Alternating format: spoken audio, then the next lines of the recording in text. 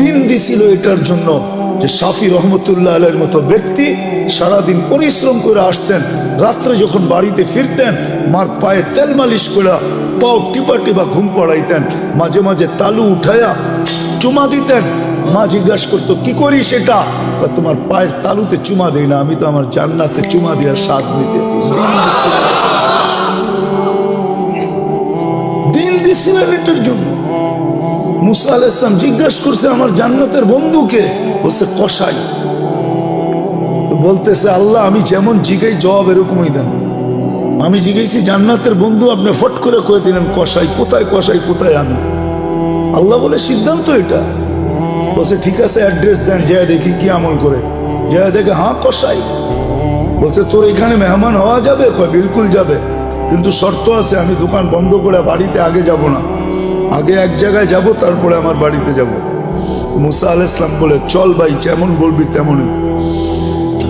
তো কাজ করে দোকান বন্ধ করে যায় এক ঝুপড়িতে ঢুকছে। খুনখুনে বৃদ্ধা যায় রুটি তৈরি করছে, তরকারি তৈরি করছে। বৃদ্ধাকে বুকের উঠায়া বুকে পিঠ বুকে লাগায়া নেওলা বানায় বানায় খাওয়াইছে। সমস্ত খেদমত করে যখন পরিপাটি করে শোয়াই দিছে, কাজে এই যে পাশে আমার ঘর, চলো আমার ঘরে, তুমি আমার ঘরে মেহমান থাকবে। বলছে বুঝলাম না এই বৃদ্ধা কে? আমার মা, সকালে সেবা করে যাই, বিকালে এসে আগে মার সেবা করি। বুঝলাম তো সেবা, কিন্তু মাকে যখন সেবা শেষ করার পরে শোয়াই দিলা, মা জানি হাত উঠে কি বললো, কারে দূর পাগল মা। যখনই সেবা শেষ করি তখনই হাত উঠে বলে আল্লাহ আমার সন্তানকে মুসার জান্নাতের সঙ্গী বানায় দিও। মুসা আলাইহিস সালাম কয় জানার আর মেহমান হওয়ার দরকার নাই, বুঝা ফেলছি মা পাগল না, তুই পাগল। মা তোকে মুসার জান্নাতের সঙ্গী বানায় দিছে, আমি মুসা।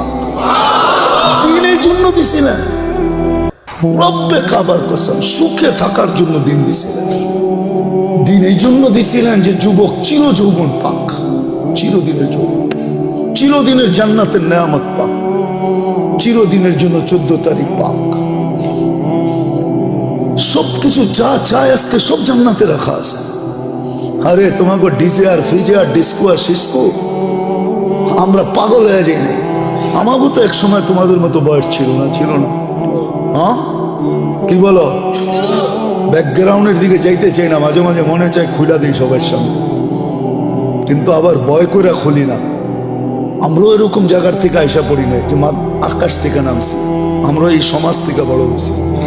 আমার পিছিয়েও ব্যাকগ্রাউন্ড আছে, আল্লাহর মেহেরবানি এই লাইনে নিয়ে আসছে। যৌবন তো এক সময় বুজুর্গ ভিতরও ছিল যারা মাদ্রাসায় পড়ছে না, ছিল না? হ্যাঁ কেন হারায় যেতেছ? দিন দিছিলেন এই জন্য, চিরদিনের জন্য পাওয়ার জন্য। দুনিয়ায় যতদিন থাকবে সুখে থাকার জন্য, মাথা উঁচা করে থাকার জন্য। দিন দিছিলেন শান্তিতে থাকার জন্য। আজকে কে হ্যাপি? আমি হ্যাপি না। কে কে লেখা আছে হ্যাপি? আবার ওটাকে কাচি কাটে ছুরি দিয়া কাইটা বুঝাইতে চাইতেছে, তুই হ্যাপি থাকবি তো থাকবি কেন? আমি তো হ্যাপি না, বিজয় তোলে কাইটা টুকরা টুকরা করে দিতেছে। আমি তো হ্যাপি না, তুই হ্যাপি, তোকে আমি হ্যাপি দেখতে চাই না, বিদায় কাইটা টুকরা টুকরা করে দিতেছে। কেক কাটে হ্যাপি লেখা, মনে হয় বুঝাইতে পারি না। হ্যাঁ আল্লাহ দিন দিছিলেন সুখে থাকার জন্য। আজকে মুসলমান সুখে নাই জন্য, তাহলে মুসলমান সুখে থাকত। ছিল একদিন সুখে, বস্তু ছিল না কিন্তু সুখ ছিল। আমি দেখাইতেছি আপনাদের, এক ঘরে এক কাপড়। স্ত্রী স্বামীকে বলতেছে গালে চিমটি কেটা, আমি কিন্তু জান্নাতি। বলছে কি করে তুই জান্নাতি? সবরের জীবন চলতেছে, ঠোঁটে তো দূরের কথা, মনের ভিতরও চাহিদা নাই, অভিযোগ নাই। তোমার কাছে কোনো চাহিদা নাই, তোমার বিরুদ্ধে কোনো অভিযোগ নাই। এক কাপড়ে চলতেছিস, আমি সবর করতেছি, আমি জান্নাতি, ফুর্তি জান্নাতে হবে। স্বামী ভাবছে তুই জান্নাতে যাবি, সত্যই তো বলছে সবরের বদলা জান্নাত। ওলামা বলো সবরের বদলা কি? আমি জান্নাতি। স্বামীর চেহারাটা মলিন হয়েছে তো, গালে চিমটি কেটে বলতেছে তুমিও জান্নাতি। বলছে কেন আমার মতো স্ত্রী পেয়ে কি শুকরিয়া আদায় করো না? বলছে পাগলি, একবার ডেলি 100 বার, শুকুরের বদলা জান্নাত, ফুর্তি জান্নাতে হবে। শুধু শুধু আল্লাহ বলে না আনিস করলি, একটু হইলেও আমার শুকরিয়া আদায় করিস। মা কুতিলা ইন্নাল ইনসানা লিরাব্বিহি লাকানুত। মানুষ তুই এরকম অকৃতজ্ঞ হয়ে যাস না। আজকে সৃষ্টির ভিতরে মানুষ সবচেয়ে বড় অকৃতজ্ঞ। কোন সৃষ্টি আল্লাহর অকৃতজ্ঞ না। যুবক পায়ে হাত দিয়া বুঝাই, তোমরা বড় অকৃতজ্ঞ আল্লাহর। তুমি জানো না তোমার যৌবনের দাম কত। তুমি তো চাইতেছো এটা মাটিতে মিটাইয়া দিতে, মিশাইয়া দিতে। তুমি তো চাইতেছো 14 তারিখে বিলীন করে দিতে, ঠিক না? যৌবনের দাম তুমি জানো না, যৌবনের দাম কত। এক যুবকের যৌবন সমগ্র জগতের সম্পদ, তারপর যৌবনের দাম বেশি। তুমি আকর্ষণের পাত্র কি চেহারা দেখা? কি পুরুষ কি মহিলার কাছে আকর্ষণের পাত্র খালি বাত কাপড় বা সস্তান দিয়া? পুরুষত্ব দিয়ে আকর্ষণের পাত্র। যুবক তুমিও আকর্ষণের পাত্র যৌবন দিয়া। যদি দুনিয়া দিয়ে আকর্ষণের পাত্র হইতো, তাহলে জাস্টিস টুডুর বউর কোনোদিন ডিভোর্স হইতো না। চিনো জাস্টিস টুডু? কে? মনে হয় চেয়ারম্যান সাহেব চিনে না।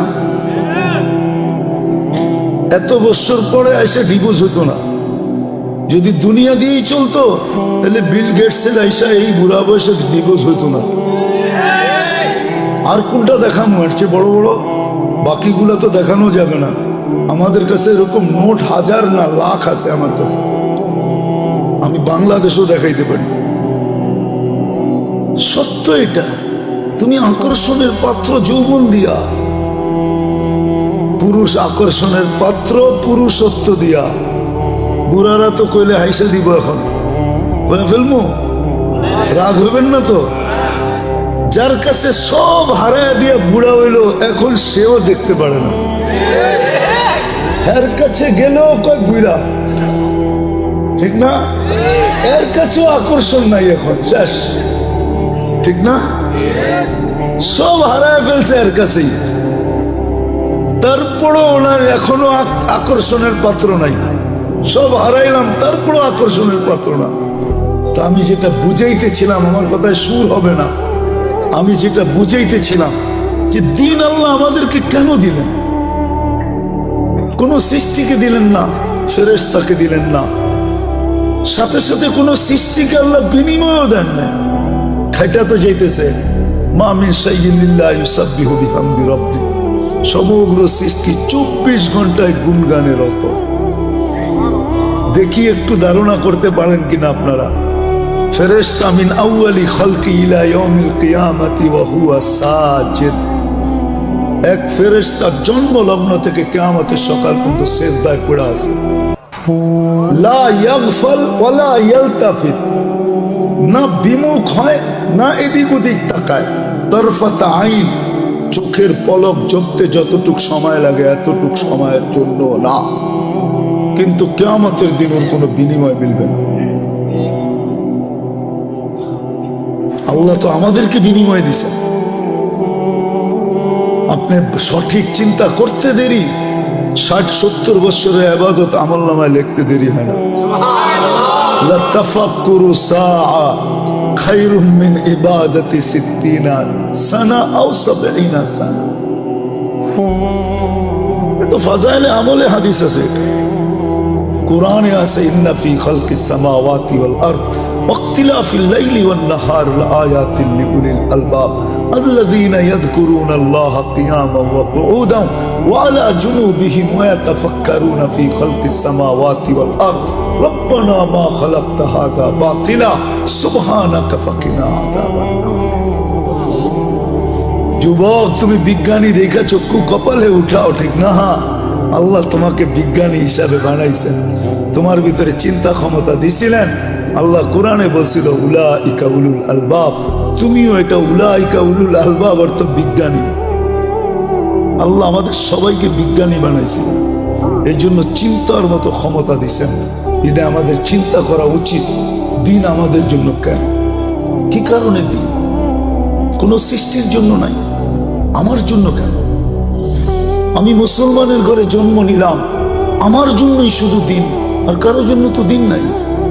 যদি থাকতো তাহলে ওলামা কেন পড়তো?